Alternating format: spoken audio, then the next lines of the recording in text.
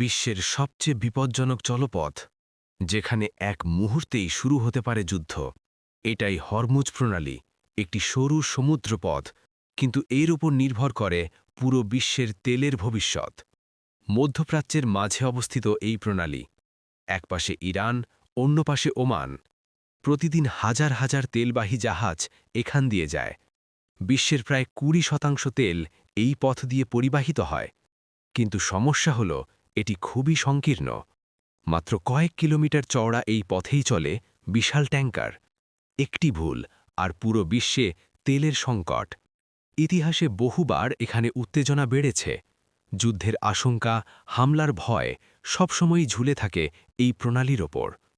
যদি একদিন হরমুজ প্রণালী বন্ধ হয়ে যায়, তাহলে বিশ্ব অর্থনীতি কয়েক দিনের মধ্যেই থমকে যেতে পারে। এমন আরও অবাক করা তথ্য জানতে বংবাজ ফলো করতে ভুলবেন না। ভালোবাসা পেতে লাইক, কমেন্ট ও শেয়ার করো। এগুলো করলে তুমি ভালোবাসা পাবে। চলো এখনই করো।